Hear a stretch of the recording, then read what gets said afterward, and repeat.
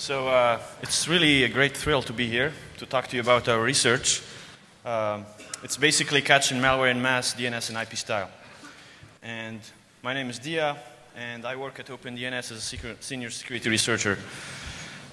This is Thibaut, our guru in data visualization, very smart guy. And then Andre, the director of our network operations. Very smart dude in terms of internet and ASNs and BGP prefixes.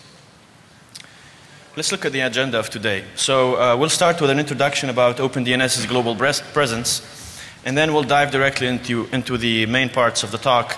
The first one is about catching malware from a DNS perspective, and the second one is about looking at the IP infrastructure. And then within the use cases we'll discuss, we'll support that with the 3D visualization engine we have, which we open sourced this week. So OpenDNS has 22 data centers across the globe, four continents, and then that allows us to see a lot of traffic, mainly DNS of two types, recursive and authoritative. And that allows us to build a lot of useful models.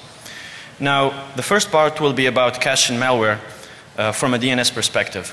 But before that, let's look at the kind of the crimeware ecosystem, mainly the mainstream crimeware of today, to give like some foundations. So here we see four components mainly. Like the top part is when you visit a website that is compromised or delivering like malicious ads, then you get some exploits, like scripts running on your machine, seeing if you have any vulnerabilities, and if that succeeds, then you'll have a malware payload dropped on your box. And then that malware will try later to phone back to some CNCs. Usually they are domains, and in this case they are hosted on fast flux proxy networks. This is the focus of this part today. And we'll be focusing on the ZBot one, hosting mainly Zeus domains. And they have a characteristic of a TTL of 150 seconds. And that's the focus of today. A little armadillo there. Now, a little bit about our research process in this part. So we start focusing on the ZBot fast flux proxy networks. Like we said, we use two methods. One is using Hadoop because we have a lot of data. Most of it is on HDFS, and the other one is using the streaming DNS traffic because we have streaming authoritative DNS traffic coming in, so we can also use that. With that, we can identify the malware, and then we also discovered Pony Panel hosted on one of these proxy network domains. And then at the end, we'll share some stats about the botnet and the samples and the clients. So what is fast flux? I'm sure most of you know about it. It's a domain resolving to a lot of IPs scattered around the world, or a single IP with a very low TTL. Now, if we're talking about a fast flux proxy network, it's a cloud in the middle with a lot of infected bots. They act as a shield or intermediary for communication between the back-end CNCs on the left and then the targets on the right. Targets is usually machines that you try to infect because they have valuable information you want to steal. And then the communication will happen in two directions. So if the targets get infected, they will phone back to announce their existence, their status, or some exfiltrated data. And the back ends, if they want to push extra payload, they will drop it on the bots, and then further later, it's going to be dropped on the target machines. In this case, we're looking at the ZBot fast flux proxy network, which, as we said, has a TTL of 150 seconds. Now, we mentioned Zeus. What is Zeus? Most of you know about it. It's one of the most advanced crimeware toolkits around. Yay! There you go. These are the Zeus guys. So they're going to load us with Zeus. So Zeus is one of the most advanced crimeware toolkits around there.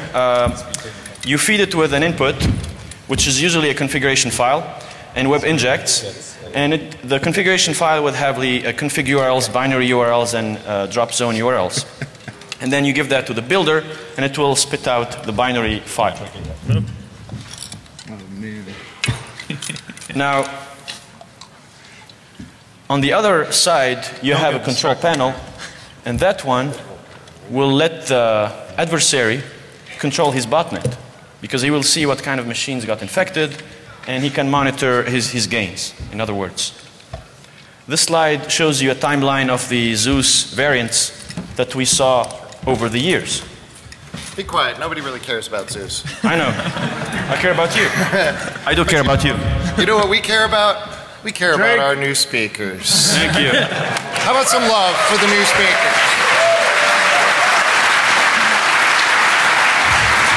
Congratulations, guys. Here's to DEF CON. Cheers, cheers to the crowd. Cheers to DEF CON. Congratulations. Cyber.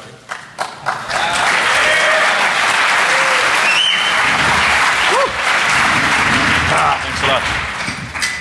I actually haven't had awesome. breakfast this morning. All right, thank you guys. So, yeah, we were talking about Zeus. Move on. I'll call it Venus. Okay, Venus. We are in Vegas, so we're dealing with a lot of Venuses. So. Okay, so Venus has a lot of CNCs. They're hosted on compromised sites, bulletproof hosting providers, and also fast flux botnets. And that's the focus of today. Now, Venus also delivers CNC URLs, config files, binary files, and drop zones. Now, how do we catch these CNC domains? We have two methods, as we said. One is Hadoop-based and one is streaming DNS-based. For the first one, just for your reference, we use PIG, which is kind of a language that allows it to process the data stored on HDFS, and we extract from, let's say, a set of like a set of files within a certain time frame. We'll extract fast flux domains with a TTL of 150 seconds. And then we build a graph, the domain to IP bipartite graph, and then we extract the largest connected component. That one will give you empirically the bulk of the domains and IPs. The other method is using the stream, and it looks like that. So you have like a lot of fields that are of interest to you. It's faster than doing like batch processing from HDFS. But you have to have your own filters and heuristics to catch what you need because it's going fast. So for that we can start with a seed of ZBot domains. We milk them for IPs over constantly. So you build a pool of IPs and then you have the stream coming. So then you can grab the domains that have an IP or name server IP within that pool. So having had that, what we can do is do some more investigation using data visualization, and Thibaut will tell us about it. Thank you, Dia. Yeah, so Dia just explained two different methods to extract some graph data linking ZBot CNC domains with their IPs. So first let's take a look at how we're going to visualize that. First we have the source data, which is pretty much the logs, so like the stream. Then we can convert the data using our own Python library. Then we're going to visualize it, manipulate it a little bit. So this is Semantic Net library. This is a small graph library that we've developed at OpenDNS. So as you can see, it's fairly simple. It's in Python. You can import the library here. You create the graph. You can create a couple of nodes and then connect them using the node keys. And then you can have types and different types of attributes in the graph. That gives you the equivalent, of the diagram you have on the right. Now let's take a look at how it looks like, once we've extracted this data from the logs. So what we're looking at here, thank you. So what we're looking at here are the Zeus CNC domains in red and the IPs in blue. And then finally we can play that animation over time. It's a period of 3 months. So we can notice that we have a growing pool of IPs and domains. The IPs keep getting recycled and the domain hop from one IP to another. So the way we actually constructed this animation is we took all the domains in there, the IPs that were mapped to. The first time we actually saw the IPs in the logs, and then we monitored that over time. And finally we can create a timeline to see all the events and play it on the 3D. All right, thank you, Thibaut. Thank you, Thibaut. Now, thanks to this investigation using visualization, and that helped us basically confirm a few things. The next step is to figure out what are these domains used for. So it's okay to catch these domains, it's relatively easy. But we see here that they are multi-purpose. So on the left you see they are used by Zeus, the generic variant, Citadel, Kins, and Ice9, and delivering the 3 types of URLs. On the other side you have Asprox, which is a click fraud botnet, and also phishing and miscellaneous cases. So this slide, you'll find it in the white paper, so I'm just putting it here for reference. We saw Zeus URLs, also Citadel URLs, hosted on the fast flux domains, also phishing URLs, and Asprox, a lot of click fraud traffic using these CNC domains. And then there's this interesting case. This is what we call a DDoS bot, phoning home using one of these domains. Here it's announcing the operating system it's running. And furthermore, what we did, these are some more cases of other malware using the domains. Now, this one is an interesting case where we discovered a Pony panel hosted on one of these fastflex domains. Now, Pony is an info stealer. It tries to steal passwords and information from a variety of applications on your machine. And then it's delivered via exploit kits or spam. This is how it's advertised on some hacking forums. And then this is how it's detected by some AV vendors. Now, if we look further into the structure of the website, we'll see some interesting things. The database here, for example, has a character set of Cyrillic, and the time zone is Moscow, which is an indication about the origin of the writer or the user of the panel. We also see that it has the list of all of the applications it tries to steal passwords from. Now, just some snapshots for your reference. You can find them in the white paper, and a few more here. Now, the next thing we did was to search for some keywords we found on the panel and try to find anything related or similar. And we found like this website that is hosting another piece of malware, and this one happens to be an Andromeda botnet malware. And then we looked for more like websites having the same structure as the original panel. Now, let's look at the domains and how they are, what's their structure, or like where do they come from. So they are abusing mostly .ru and .su, so this is another indicator about the origin, the geographical location of the actors, I would say. And then if you look at the bots, where are they located, you'll see them mainly in Russia and Ukraine. So again, this is an Eastern European operation to some extent. However, if you look at the clients looking up these domains over 24 hours, you'll see they're mainly in the United States.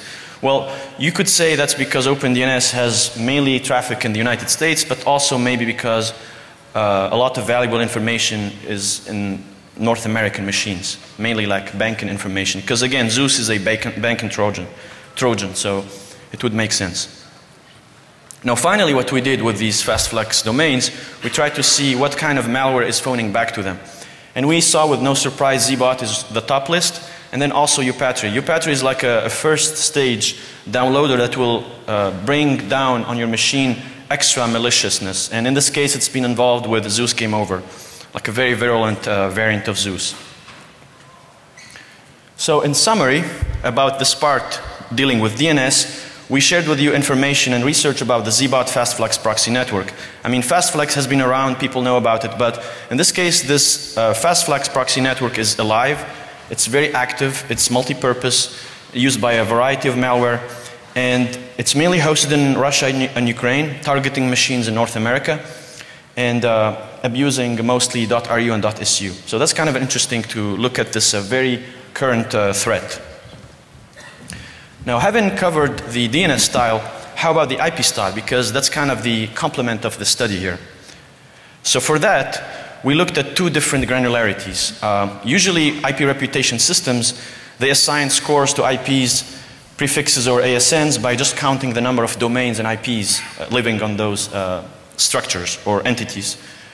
In our study, we wanted to enrich that because that's kind of weak sometimes, and we wanted to look at the granularity in one case finer than the BGP prefix, which is sub-allocated ranges. So let's say you have a prefix of /16, you want to look at smaller granularity, like /28 and 29. On the other end, you want to look at the ASN graph, because that's larger than just a single ASN if you're just counting numbers within that ASN. And that gives us like a lot of valuable intelligence, and we were able to build some really cool models. So the first one is about the malicious sub-allocated ranges. The investigation process is always trying to start with domains and IPs, and in this case, we investigated the sub-allocated ranges and we did the fingerprinting of them to see what kind of servers they are running. Then with that, we were able to follow the TTP of the adversaries, like the way they operate and how they bring the infrastructure online and the timing. Then after that, we were able to generalize the predictions to block IPs before they start delivering the attacks. And that was really groundbreaking. And then over time, we are able to see the shift in the operations of the adversaries. So we'll start with this example that we covered over several months. This was about nuclear exploit kit domains, and they were abusing OVH Canada for several months. They were basically reserving IPs, certain customers, suspicious ones, and these IPs, like they were /28, 29, 30, brought online all at once, all together, and that lasted for several months, delivering like nuclear exploit kit domains. After a few months, they shifted to a Ukrainian hosting provider, and that lasted for 7 days. In this case, however, they shifted MO, because OVH Canada is in the air in that space, and you're able to grab some information about the customers reserving the IPs by looking at the whois. Ukraine is in the RIPE space, and that's much difficult because RIPE is kind of scarce in terms of details. Also, the IPs were brought online in one at a time and also in randomized fashion. So this is somehow a way to evade kind of detection heuristics. Then they shifted to another provider. This one is in Russia. Oops. So the Russian one was keeping the same MO, and then they went back to OVH. In this case, it was the same people reserving the IPs, the ranges, but the MO changed a little bit. Now they are using recycled IPs. IPs that hosted old content or have a rather clean score. And again, these are like ways to evade IP reputation systems that a lot of security vendors use. So these guys are really smart. They react and adapt and kind of try to evade you and give you a hard time. However, over all of this period, the name servers were still being hosted on OVH IP space. So somehow you might think name servers are much more difficult to prove to be malicious, whereas the domains themselves serving the nuclear exploit kits, they're easier because you have the landing URL, if you can grab it, and that's kind of easier to prove it's related to a certain exploit kit.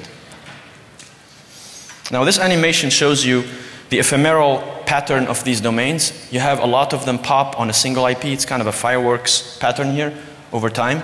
And they just like die out after a few minutes or a few hours. So it's a very interesting case here of registering domains, delivering the attacks, and just dying and never coming back.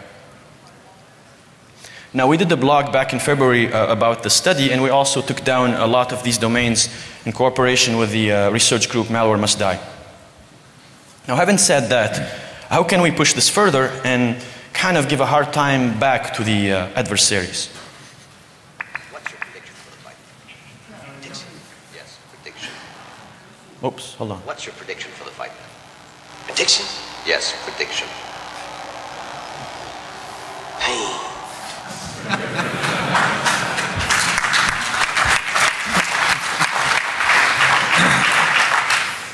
Okay, this one is one of my favorite ones. So Mr. T is inflicting pain on, trying to inflict pain on Rocky. We'll try to do the same on these adversaries. So let's look at this case here. This automatic thing is giving me a hard time. Okay, stop there. So we looked at these reserved IP ranges over time, and we see that they reserve 28 ranges in December, and within them 136 IPs, 86 are being used, and 63% of them are malicious. And you see the trend growing. Like in February it was 92% maliciousness. The point I'm trying to make here is that these guys reserve these ranges, they deliver the attacks with a high percentage on these IPs. So it's no coincidence, they're not using them for other purposes, it's specifically targeted in trying to abuse the hosting provider. Now the point here is that if you look at the BGP prefixes where these IPs are living, you'll see it's a very coarse granularity. It's like a huge one, 17/18 and /19. You got a lot of IPs to look at in these big ranges. So you cannot get that nice laser sharp view of what is going on. Whereas if you do the IP ranges finer study, that gives you a lot more visibility into what's going on and how the bad actors or adversaries are thinking. Now the other interesting thing we did is try to fingerprint these IPs. When we discover them, we know they are reserved by the same guys. They had the same exact server setup. So the first one is the Ukrainian and then the Russian. And it's the same also with OVH Canada.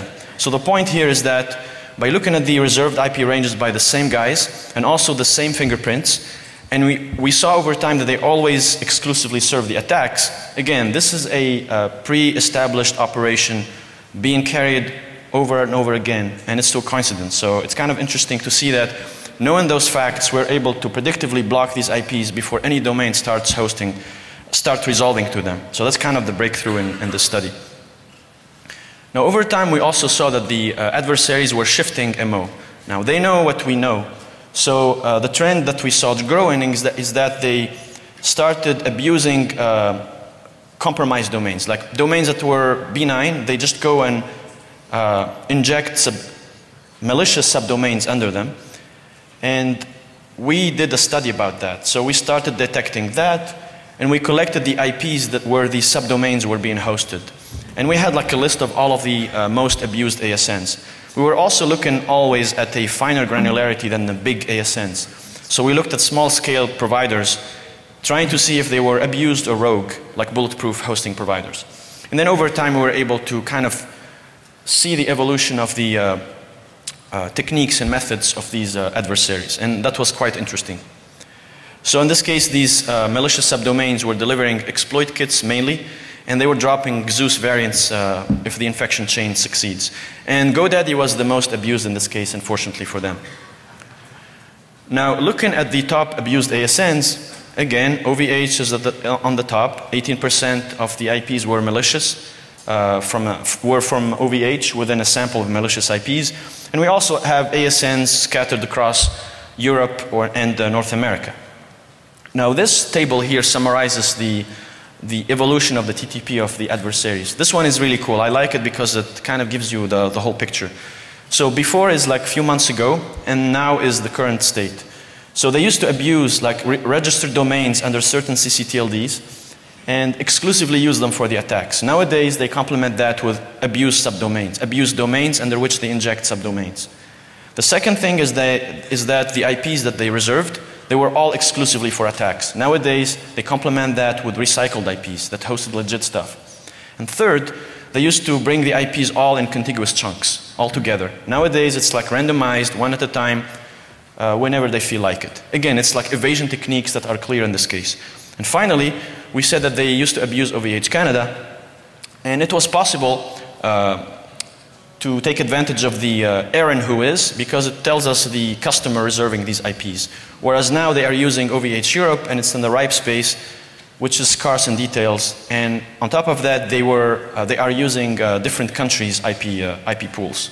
So this is clearly a very interesting way they shift operations and methods. But we were able to kind of follow them over time. This one here is about the fine-grained hosting perspective. So these are like small-scale bulletproof hosting providers, mainly serving maliciousness. This guy is King Servers here. Another one in Russia, Ivro Hoster. Another one in Bulgaria. And this one, Electric Kitten, unfortunately abused in North America. And then a few more for your reference. And finally, what we did here is look at the subdomains, like the labels that are injected under, let's say, GoDaddy domains. Because usually it's like 3 labels. You have, let's say, police.homebusiness.com. So the top used ones in this case were police and alert police. We thought maybe this is related to the theme of the attack, and that was the case. Like the first 2, they were used for browser-based ransomware, which is a web page that pops in your browser telling you, hey, you've been looking at some weird stuff, porn and whatnot, and the FBI or the local police will come after you if you don't pay a ransom. You can kill it just by, killing the scripts or killing the browser process. It's kind of a nuisance more than a threat. But still, the labels were related to the attacks in this case. The rest were mainly randomized but extracted from English-like dictionaries. All right. So I know I covered a lot, and it was basically a DNS perspective, an IP perspective by looking at sub-allocated ranges, and then we mentioned earlier the view of the ASN graph topology. So before we get into that, we want to know a little more details about the internet structure. Thanks, Dia. Oh man, you gave it away. I ruined it. So yeah, the next section we'll take a closer look at how we can use ASN relationships and relationships on the internet, different prefixes and so on and so forth to detect more malware. But before we do that, we need to make sure that we're all on the same page and understand how the internet works. I'm sure you guys all knew, but when we talk to different people, we get different replies. For example, if I ask my dad what the internet looks like, he'll probably turn around and point to the corner of the living room where this DSL modem lies, or cable modem. Or if I ask a sales guy what the internet looks like, I'll probably draw like a magic cloud and writes internet in it and may use fancy colors. And then I walk on to the next room, which is where the IT guys sit, and they're always cool. And I ask them, do you know what the internet looks like, or can you explain it to me? And they start to giggle because it reminds them of this one episode of the IT crowd, where they got to borrow the internet for a day from the elders of the internet. And it was this magic black box, and it had a blinking light on it. And as you can see, it's wireless. But obviously the internet is no magic black box. In fact, it's much more beautiful. I guess if you wanted to paint a picture of the internet, this is sort of what it would look like. We have a few more, like as Dia mentioned, we do a lot of visualizations as well. So in the next few slides you'll see a few more. But the internet, obviously, as you all know, it's just a network of networks, and it's a graph, and we like graphs. So in this picture, each dot represents an autonomous system, and an autonomous system on the internet is basically one organization. So OpenDNS is an autonomous system, Google is an autonomous system, AT&T, Verizon, so on and so forth. And each of these autonomous systems is identified by a number, which we call an AS number, or sometimes people call it an ASN. And then each ASN has been allocated or announces one or more IPv4 or IPv6 prefixes. And it can just be one, but it can be several thousands. But that's basically how it works. I'm sure you guys all knew that, but now we're all on the same page. So we have all these ASNs, they're all connected to each other, or at least one, because you need connectivity to the rest of the internet. So now imagine that you're on the left-hand side of this graph and you want to go to the right-hand side. You need to know how to get there, and that's why we need a routing protocol, which is BGP, which will distribute all this information. And BGP in itself is a really interesting talk as well, especially what you can do with that. It's a little bit out of scope for this.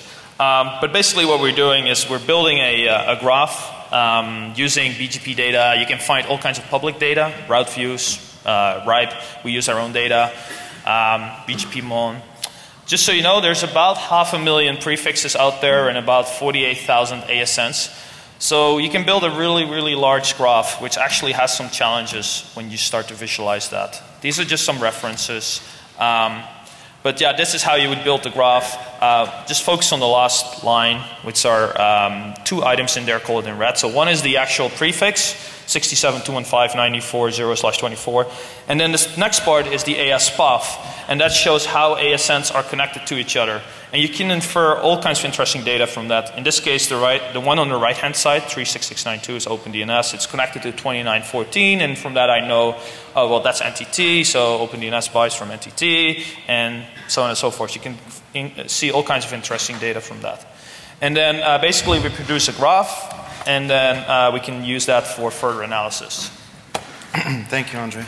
Yeah, absolutely. So Andre just described how we can create this graph data set, from the BGP routing tables. So same thing, we create with the same concept, the same library, we can create a graph data set. And then what we need is to use very, very simple particle physics. So even if you're not really a math nerd, don't run away. It's very simple. Essentially, the concept is very simple. You take your graph and all pair nodes that is connected, it's going to attract each other to a certain point. And every pair node that is disconnected is going to repulse each other. So you can see here two different forces here, the attractive force, the repulsive force. They all depend on distance, and they can be manipulated with the constant c, which is like multiplied by the square root of the area divided by the number of nodes. So it's a lot of complicated words just to say, that is, factor the density, and we can control the density of the layout just by this constant c. All right, so how it looks like. We start with all the nodes in the same position, in a random fashion, or in a cube, in a sphere, it doesn't really matter. And then we start running the particle physics. So what you see here is pretty much the explosion, the graph expanding itself in 3D space. So all the nodes are connected together, are going to stick with each other, pretty much stay with each other, and all the nodes that are disconnected are going to repulse. So you can see that the layout kind of looks like a molecule a little bit, which makes complete sense because the force-directed algorithm is inspired by electrical forces, also like the forces between celestial bodies. It's not exactly the same model because it's way too complicated to implement on the CPU, but still, it's very close. And then finally, after a couple of iterations, you can see that the nodes stop vibrating. This means that all the forces are becoming even, and that usually the graph has reached the equilibrium state. However, this is really cool, but doesn't really work well and scale well for the ASN network. So we have to take advantage of parallelization. So essentially, we run the same thing on the GPU, and we use a library called OpenCL. Actually, it's more like a specification because it can be implemented in FPGAs, GPUs, CPUs if it runs on emulation. But anyway, essentially, OpenCL is very simple. It exposes a couple of work groups and like work items, which are pretty much cores and threads in the GPU, and different kinds of memory, like global memory, local memory, private memory. Private memory is pretty much the registers, and global memory is the global memory of the GPU. So essentially, it's like a trade-off between, the ease of access of the memory and like the performance, because the private memory is actually very fast to access. Okay, main point. Why are we doing this? You look at the pictures, like, okay, that's pretty cool, but what's the point? The main point is the layout is data-driven versus user-driven. As you can see, the layout depends on the forces, and the forces depend on the connections between the nodes. So the result is a layout that completely depends on the data structure that you're looking at. It is much closer to what I like to call the natural shape, of the data model that you're looking at. We take advantage of the GPU for acceleration. GPUs have become insanely fast, to operate like vector-based operations. So it would be a shame not to take advantage of that. And finally, main point, humans are so much better at processing shapes and colors other than, text data. So let's see how it looks like. We'll take a look at the whole process. So we take the whole ASN graph, and at first, as I said, it's like placed in a random fashion. Doesn't really make sense. It's a big mess, of ASN nodes rotate around. So on this layout, you don't see the edges because usually the process runs offline. It's just, for the performance, performance case. We're trying to go as fast as possible here. And then we start the force-directed process. So as you can see, it's a very heavy process. Like every iterations, I think I had like a 0.3 iterations per second, so like close to 3 iterations per second. No, wait, 0.3 iterations per second. So that runs on an NVIDIA GTX 550. It's like a graphic card is like 3-4 years old, something like that. And then that runs for an hour. And the result is something like this. So as you can see, Andrew is going to give us his expertise over this graph, but as you can see, like right away, is that the ASN network is very densely connected and has a very, very strong core. Very strong core. And then we have kind of a sparse nodes around. And then we can extract, create like very high resolution pictures. Looks like this. Yeah, and if you are a network geek or you just like pictures, this is sort of what the internet looks like. And in network engineering, we often use sort of the loosely defined terms, tier 1, tier 2, tier 3, where tier 1 is sort of the core of the internet. There's only a dozen or so of them. Those are level 3, NTT, AT&T, some of those. And then around that, so those are the pink ones, are sort of the larger regional networks. And then at the edge is where you have the tier 3s. And those are typically web hosters, but also people like OpenDNS and Facebook and people like that who don't provide connectivity to others. This is another picture where you can really clearly see that. But you can in this picture you can really see the different clusters which show sort of the regional networks. And typically these different clusters represent different countries. This is a animation of the internet in the Ukraine. And it shows that the Ukraine is relying on only a few sort of upstream networks. So if you wanted to do something bad, if you could be able to take that autonomous system out of rotation, then you would probably be able to cut off a significant portion of a country. And we've seen similar things like that in the past. During the Arab Spring, we saw Egypt being taken offline. Well, that's only possible because there were like 3 or 4 major carriers in that country. And more recently in Syria, where there's only one national telco, so if you shut that one down, the whole country is offline. sort of ironic, because you think about it, the internet was made to survive nuclear warfare and blah, blah, blah, so no single points of failures. But the way the internet is built in a lot of countries is that they're still relying on one or two networks, and if you take that one out, you'll be able to take down a significant portion of it. So I think this is a really good picture to represent that. So. Yeah, this stuff is awesome.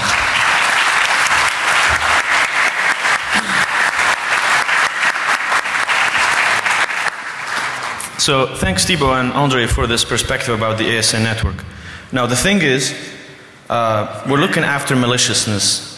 That was the core of the research. Now how can we use the ASN graph to extract the maliciousness we're after? So we're introducing the concept of suspicious, or actually sibling peripheral ASNs, and then we look for suspicious ones. We look at domains and IPs, and then we study the fingerprints and the ranges that we are focused on. And then that allows us to build relationships between the ASNs by considering the ASN topology, the ASN graph topology. And then thanks to that we can build a model. And finally we are proposing, we'll talk about it later, a novel approach to verify the relationships between ASNs by monitoring BGP outages. This is kind of a breakthrough in this case. You'll see. Now the malware we're looking at was some kind of a Trojan here, hosted on /23/24s.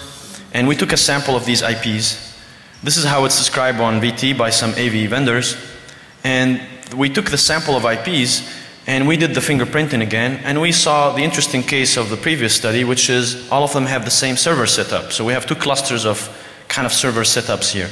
So this is an operation set up in bulk and in advance.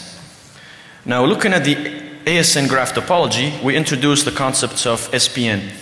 SPN is sibling peripheral nodes. Sibling in the sense you see the top ASNs, they share the same upstream provider at the bottom because they rely on him to advertise their prefixes. So they're kind of brothers and sisters in a way. And then peripheral because they have no downstream providers. So they are on the outskirts or the periphery of the internet. Now we look for suspicious ones in this case. So this is a subgraph we took, a snapshot from the Ukrainian-Russian IP space in January, and we see a bunch of these ASNs, sibling and peripheral, hosting, because they are in red, the malicious payload, and one of the parents is also doing the same. A month and a half later, one of the parents detached itself, it stopped advertising the kids' BGP prefixes, and more of the children are now hosting the malicious payload. Now the thing is, we looked at the entire pool of IPs and we saw a lot of domains hosted on them. And we also saw that the payload URLs were live on the IPs before any domain starts resolving to them. So the point here is that this is an operation established in bulk in advance to deliver this Trojan payload. And the thing is, we saw this across different kind of IP spaces. So this was a case we are talking about, but we wanted to scale it up and use it like on a global fashion. And here comes the introduction of the SPN from Thibaut's perspective. Sure. I'd like to give like a visual approach of the SPN model so we are all on the same page and make sure we're talking about the same thing. So when we look at the graph, when we study graph topology, usually we're interested in different features. One of them is the degree of the nodes, the number of connections. And then we can classify all the nodes depending, on the number of connections that they have. So as you can see here, there's a blue node. It's called a sync node because it only has like incoming connections. Then you have a green, it's called the leaf node. It only has one outgoing connection. And then finally, the red ones are like the source nodes. And the source nodes are like ones like two or more outgoing connections. And the white ones are pretty much the other ones that don't really respond to the same criteria. So when we apply the SPN detection, this is what happens. Essentially, we keep only the peripheral nodes, which are the nodes that don't have any incoming connections. So it's like, as Dia said, the outskirts, like the suburbs, I would say, of the ASN networks. And then we keep their parents. And the result is pretty much a graph with all the peripheral nodes and their siblings, and including their parents as well. So we can apply this on the same data set, for example, in Ukraine, which is the relevant ASN network in this case. So it's the same data set before, same color code. So you can see all the leaf nodes like kind of around, all the peripheral nodes, the red and green ones. And finally, when we apply the filter, when we extract, the SPN graph, then we pretty much prune the core of the ASN network. And then we can select a couple of candidates, like this one, for example. And this one has a couple of leaves connected together to the same parent. So that would be like a very interesting candidate for us to look at. Now, if you look at the whole ASN network here, I mean the Ukrainian one, you can see that there are a lot of candidates. So another better approach to actually start from one known malicious or suspicious ASN and check if it has siblings, if it's a peripheral node, if it has siblings.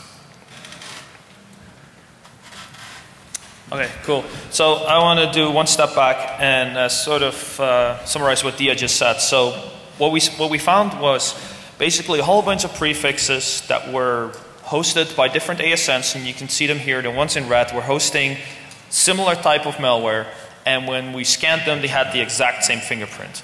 And at some point, some were used for hosting malware, but others not yet, but we knew they were coming on in the future. And why is this interesting? Because typically we look at blocking malware maybe on a domain name level or an IP name level, or sometimes even on a complete AS level. But what appeared to be the case here is that these bad guys, or the guys who were hosting this, were actually hiding in different ASNs. And typically an ASN is one administrative domain, right? So in this case it seems like this whole group of ASN is one administrative domain, owned and operated by one guy. So we were like, okay, how can we prove that? So that's sort of the presumption, that's our hypothesis.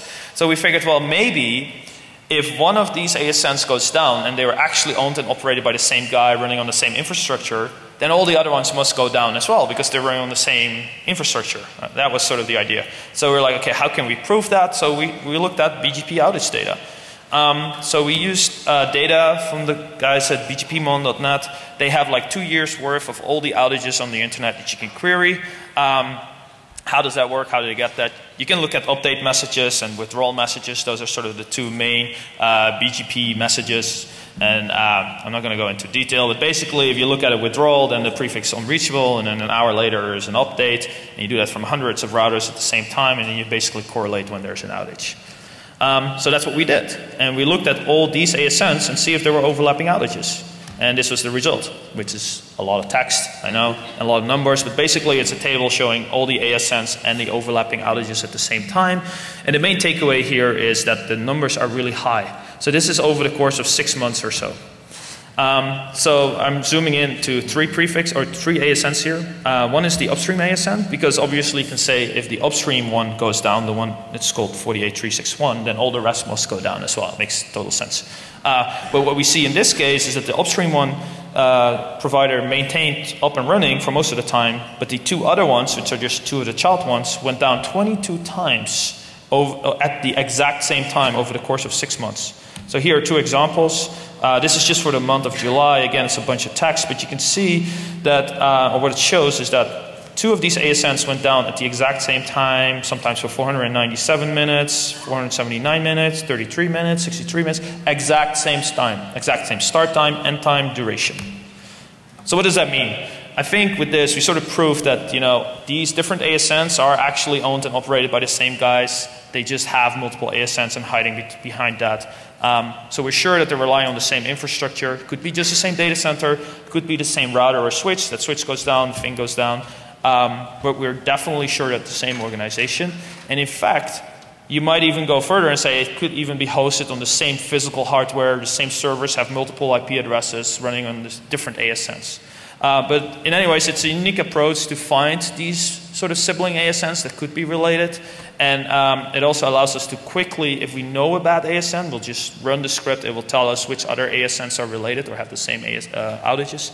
And we can then zoom into that. So that's pretty cool, I think.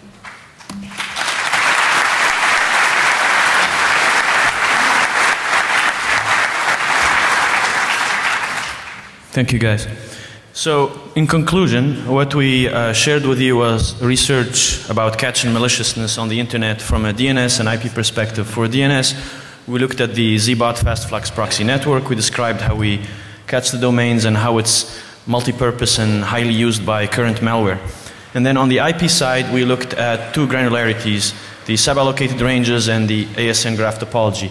We introduced a novel approach to monitor relationships based on the BGP outages, and we also proposed the model of SPN, the sibling peripheral ASNs, which is also catching related ones that have the same kind of suspicious purpose.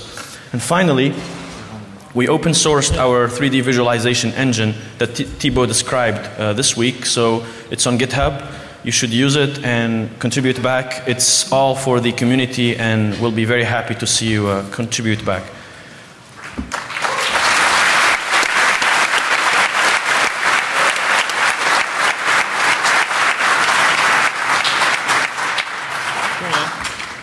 Some of the references we used, and then you can follow us on Twitter to keep in touch.